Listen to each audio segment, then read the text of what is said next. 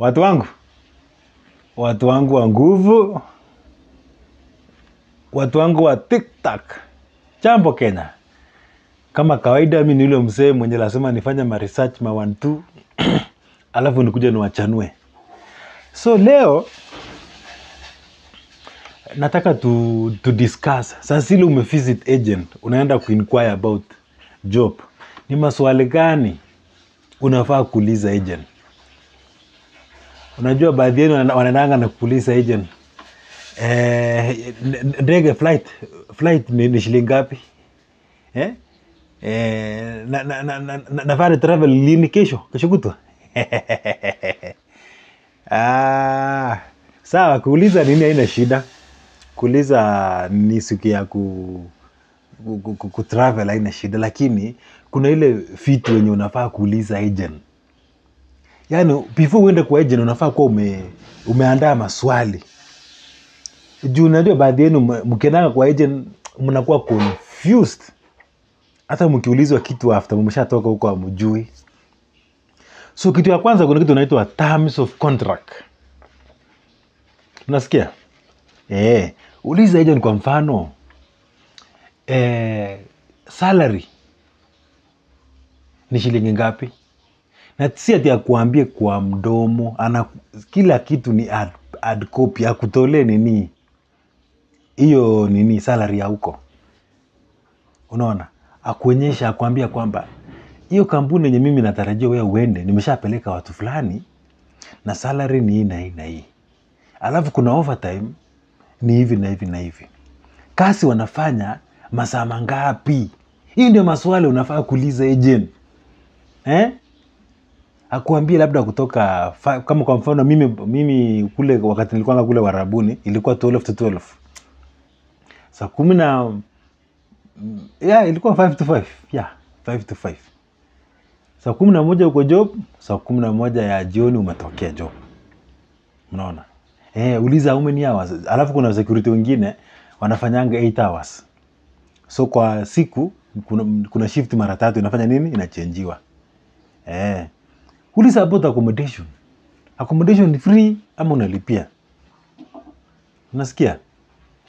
Akuambie kama ni free, kama ni unafaa kulipia, akuambie in detail kuhusu accommodation. Unaona? Akuambie kuhusu transportation, wewe mahali penye unaishi mpaka kwa kazi. Akuambie kama ni unafaa kulipia anything, kama of course kwa Arabu inakuanga free. Kwa Arabu accommodation na transportation inakuanga free. Lakini make sure umemuuliza. Usifike huko kwa job, uambiwe ndugu yangu unakatwa nini inaitwaje? Kama 100 ama kama 200 eti ya transportation. Unaona? So muuliza akuambie. Akuambie pia kuhusu nini? Vacation. Hiyo contract nasema nikienda huko for how many years ndio nirudi nyumbani. Sasa still tuko ile terms of contract. Unaona? Hatujatoka hapo. Akuambia vacation. Vacation yako ni after how long? After 1 year ama after 2 years? Akuambie mambo yote.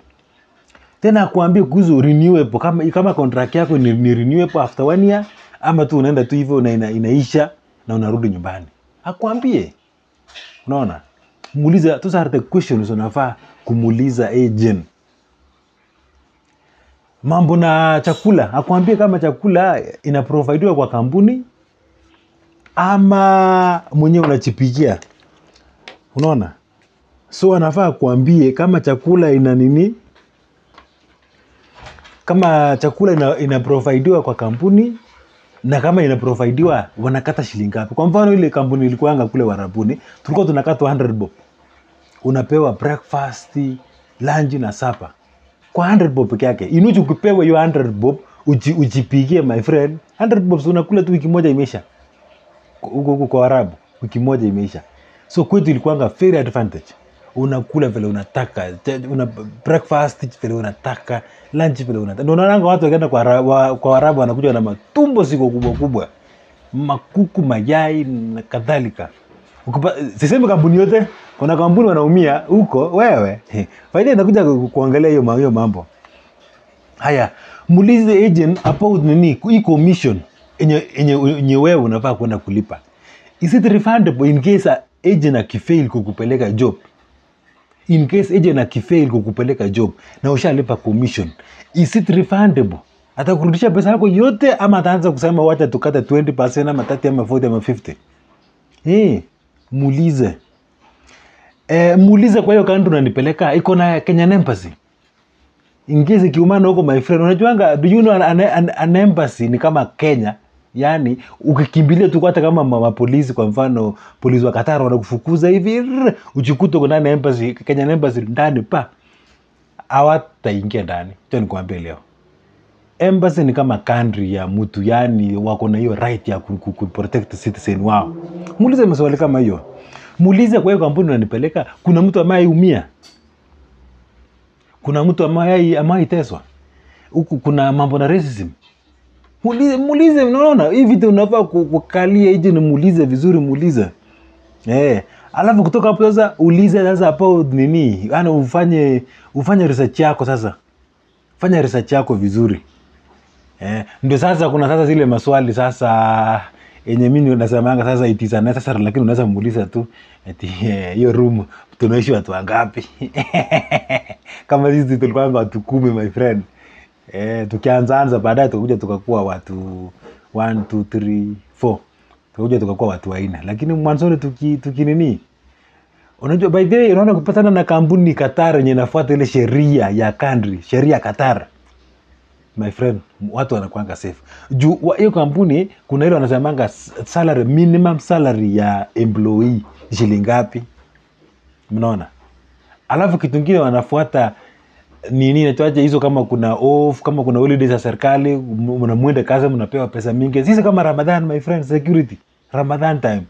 Tuko tunakula mpaka 3,000 my friend. Ilikuwa pesa mzuri. Kuna sasa unaweza muuliza kama hiyo sasa chakula ni chakula, kuna ugali. So sasa hiyo inaitwa unnecessary questions. Kwa hiyo chakula tunakula, kuna kuku, kuna nini? Sasa unnecessary question. Alafu unnecessary question pia kitu kama flight ni shilingi ngapi? Hiyo flight my friend, hiyo ni kampuni inafaa kudili, inakulipia. Kwa hivyo those are the unnecessary questions. Sawa. Sijui kama tumeelewana. Sitaki video iko mrefu sana. Already iko inaelekea 8 minutes. Sawa. So ukiwa na anything, okay, wale mnataka CV na cover letter kama kawaida, mimi niko hapa. Ukitaka kuapply tourist visa, hiyo ni job yangu. Ukitaka kama una document, unahitaji bank statement na hizo assets, niko hapa. Kama unataka nini certificate of nini ya kifo pia inapatikana. Vitu kama hizo. Sawa tungu yes. Haya.